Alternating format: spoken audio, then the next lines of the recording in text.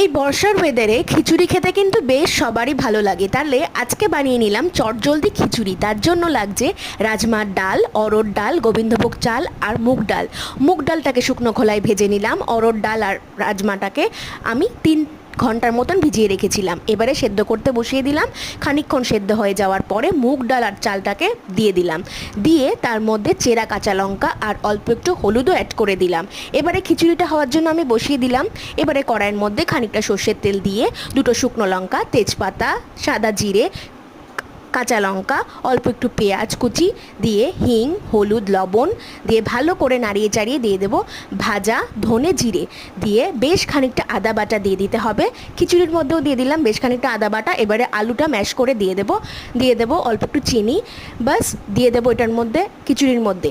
কড়াই ধোয়া জলটা দিয়ে উপর থেকে গরম মশলা আর ঘি দিয়ে সার্ভ করে দেবো খিচুড়ি গরম গরম এই বর্ষার ওয়েদারে।